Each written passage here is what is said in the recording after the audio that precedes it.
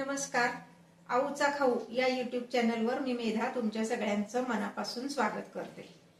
काही काही भाज्या अशा असतात की मुलांना आवडत नाहीत, पण जरा वेगळ्या पद्धतीने केल्या ना तर मुलं अगदी चाटून पुसून खातात. आज मी तुम्हाला अशीच एक भाजी दाखवणार आहे ज्याचं नाव आहे ग्रेव्हीवाली कॅप्सिकम, म्हणजेच ढोबळ्या मिरचीची ग्रेव्हीतली भाजी. आऊची खास रेसिपी. चला तर मग दाखवते ग्रेव्हीवाली कॅप्सिकम. रेसिपीला सुरुवात करूया. गॅस पेटवलाय, त्याच्यावर कढई ठेवली आहे. कढईमध्ये आता मी तेल घालते.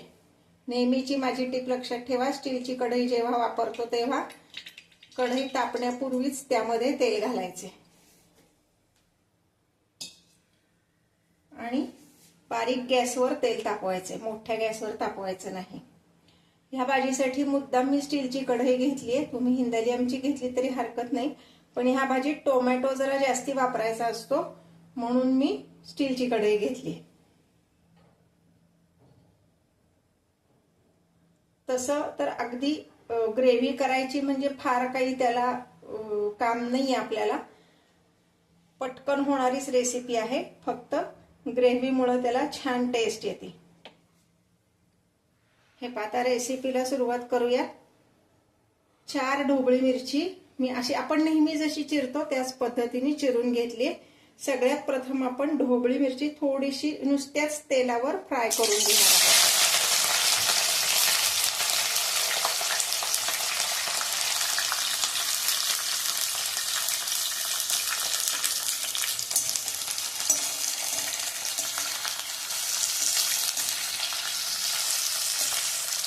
सतत हलवत अशी ती फ्राय करून घ्यायची.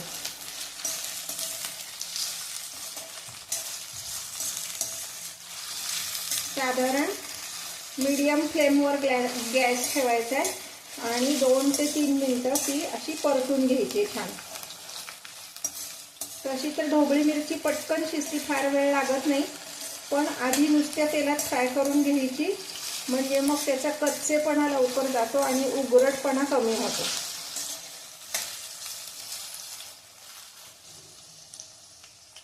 हे परतत असताना ह्यात अगदी 1 पिंच मीठ घालायचं म्हणजे मग ती मिरची छान मऊ होती.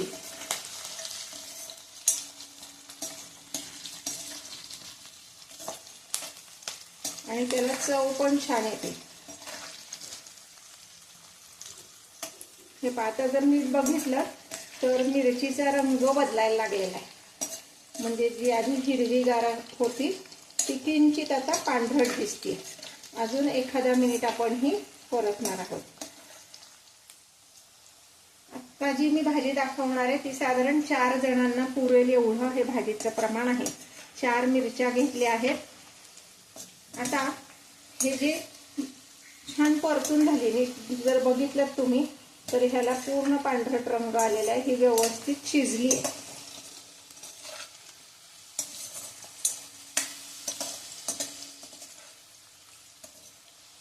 साधारणपणे 3 ते 4 मिनिटं मी हे मीडियम फ्लेमवर गॅस ठेवून व्यवस्थित परतून घेतली. आता मी ही मिरची जी परतलेली आहे ती एका ताटामध्ये काढून घेणार आहे.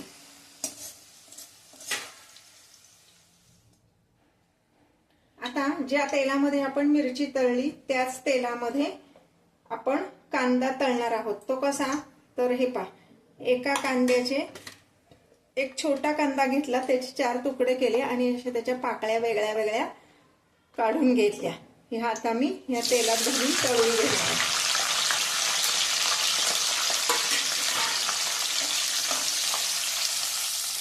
हे पण मीडियम फ्लेमवर.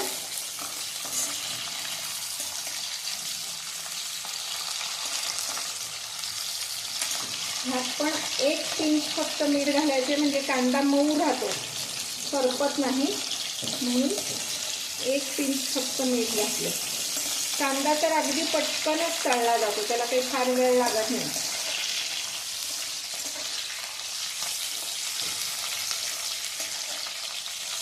एक छोटीशी टीप सांगते, कांद्याचे जर अशा पाकळ्या करायच्या असतील आणि त्या पटकन हव्या असं वाटत असेल तर कांद्याच्या 4 फोडी करायच्या आणि एका बाउलमध्ये अर्धा बाउल पाणी घ्यायचं आणि त्या फोडी पाण्यात टाकून ठेवायच्या. एक 5 मिनिटात कांदा असा पूर्ण उकलतो आणि त्याच्या ह्या फोडी करणं, पाकळ्या करणं सोपं जातं. पण नंतर आपल्याला हे तळून घ्यायचं आहे, म्हणून एका कॉटनच्या कापडावर त्या ठेवायच्या, कोरड्या करून घ्यायच्या आणि मग त्या तळायच्या.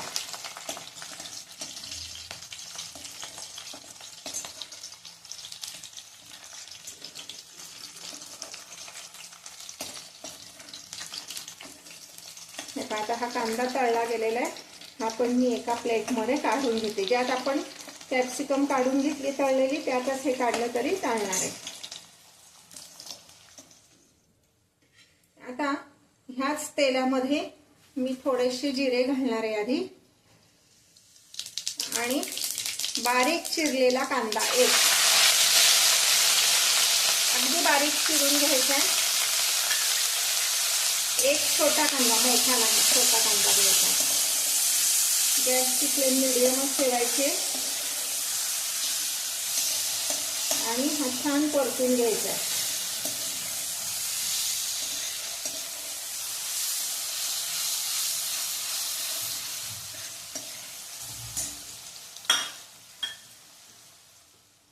आता ह्यामध्येच मी 1 चमचा आलं, लसूण आणि मिरचीची पेस्ट घालणार आहे.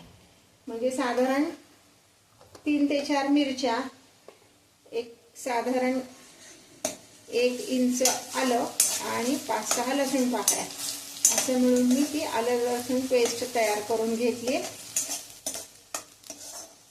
गॅस मिडियमच ठेवायचा, छान परतून घ्यायची, म्हणजे त्या आलं लसूण पेस्टचा पण कच्चेपणा कमी होतो.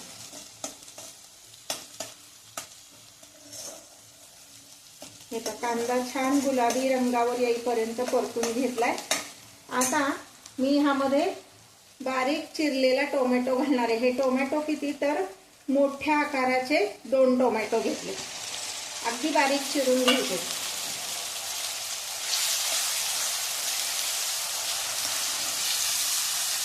आणि हे छान शिजून द्यायचे. आता पुन्हा मी ह्यात 1 पिंच मीठ घालणार आहे, जास्ती नाही, 1 पिंच घालायचं.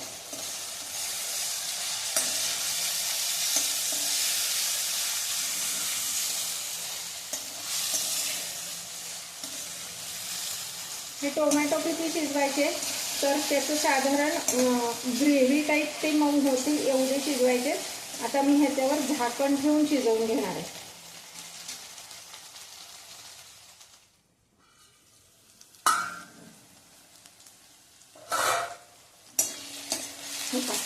एक साधारण 8 ते 10 मिनिटं मी हे झाकण ठेवून व्यवस्थित टोमॅटो शिजवून घेतला. म्हणजे तुम्ही असं जरी नुसतं झाऱ्याने किंवा डावाने तो स्मॅश केला तरी स्मॅश होतोय. तुम्हाला हवं तर तुम्ही मिक्सरमधनं टोमॅटो प्युरी करून ह्यात घालू शकता, पण दोन्हीची टेस्ट वेगळी लागते. टोमॅटो छान परतून घेऊन जी टेस्ट येते ना ग्रेव्हीला, ह्या तशी टोमॅटो प्युरीची येत नाही. अगदीच तुम्हाला गडबड असेल, एवढी 8-10 मिनिटं शक्य नाहीये, तर मग मात्र तुम्ही टोमॅटो मिक्सरमधनं काढून ती टोमॅटो प्युरी ह्यात घालू शकता. आता हे टोमॅटो छान शिजलेले आहेत.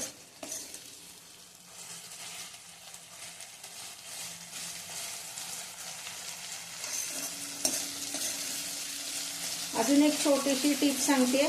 बऱ्याचदा आपण टोमॅटो फ्रीजमध्ये ठेवतो आणि फ्रीजमधनं काढल्या जर आपण तो चिरून भाजीत घातला तर तो शिजायला वेळ लागतो. म्हणून कुठलीही भाजी मग फ्रीजमधनं काढल्या तुम्ही शिजायला घेतली की ती शिजायला वेळ लागतो. म्हणून एक अर्धा तास तरी भाज्या त्या पाण्यात घालून ठेवा, ज्या भाज्या पाण्यात घालणं शक्य आहे त्या. अदरवाईज 1 तासभर तरी त्या भाज्या बाहेर राहिल्या पाहिजेत, म्हणजे मग त्या नॉर्मल रूम टेम्परेचरला येतात आणि आपल्या भाज्या पटकन तयार होतात. हे पाहता, हे आपलं तयार झालेलं आहे. आता ह्यामध्ये मी घालणार आहे पाव चमचा हळद, अर्धा चमचा हिंग.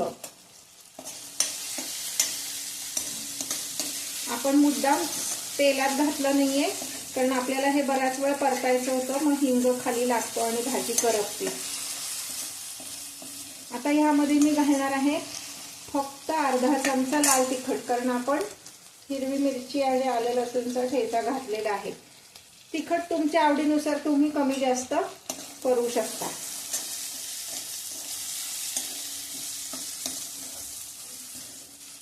ह्यात आपल्याला घालायची आहे धने जिरे पूड. ती किती घालायची आहे तर आपल्या मिसळणीच्या डब्यातला जो चमचा असतो ना तेवढीच घालायची. आणि धने जिरे पूड नसेल, तुम्हाला गरम मसाला आवडत असेल तर गरम मसाला घातलात तरी चालेल.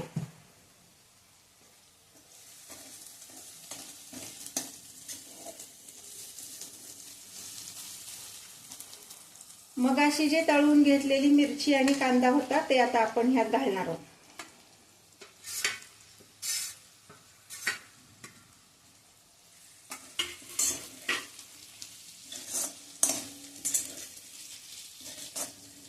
आता ह्या ग्रेव्हीला दाटपणा येण्यासाठी आणि अगदी हॉटेलसारखी चव जर हवी असेल तर ह्यात काजू पावडर घाला किंवा दाण्याचं कूट घातलं तरी चालेल. मी दोन्ही घालणार आहे, 2 चमचे दाण्याचं कूट आणि 2 चमचे काजू पूड. अजून एक टीप सांगते, काजू पूड जर नसेल तर मार्केटमध्ये मगज बी मिळते. ती मगज बी छान भाजून घ्यायची आणि दाण्याच्या कुटासारखं त्याचं कूट करायचं. टेस्ट अगदी काजूच्या पावडर सारखी येते त्याला. हे पाहता, हे मी दाण्याचं कूट आणि काजूची पूड असं दोन्ही घेतलेलं आहे.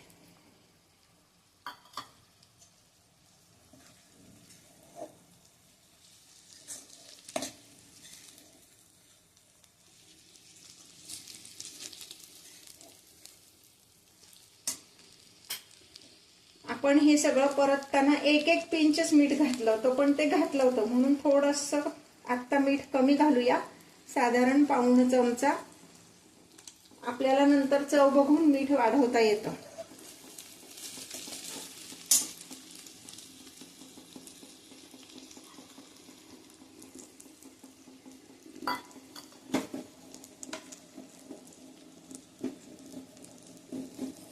आणि अगदी अर्धा चमचा साखर घालायची, म्हणजे टोमॅटो घातलेला आहे आपण यात म्हणून साखर घालायची. आता गॅस मी बारीक केलेला आहे आणि दुसऱ्या गॅसवर मी पाणी उकळत ठेवलं होतं. नेहमी जसं मी सांगते की कुठल्याही भाजीत उकळतं पाणी घालायचं, तसं मी पाणी उकळत ठेवलेलं आहे. आता हे खरं तर सगळं व्यवस्थित शिजलेलं आहे, त्यामुळे आपण पाणी अगदी 1 वाटी पाणी आपण ह्यात घालणार आहोत.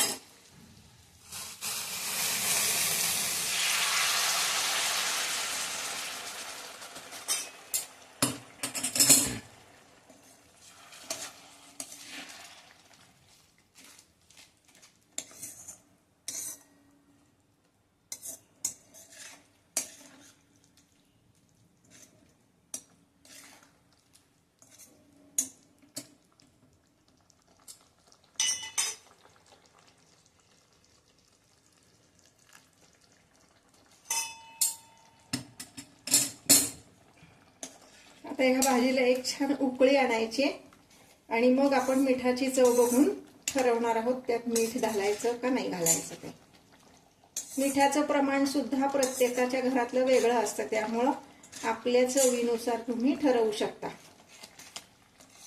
मी दाखवलेल्या रेसिपीचे व्हिडिओ जर तुम्हाला आवडत असतील तर लाईक आणि कमेंट करायला विसरू नका.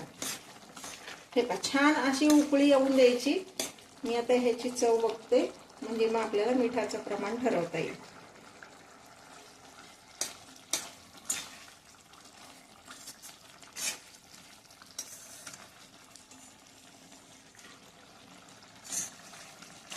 अजून थोडंसं मीठ लागणार आहे.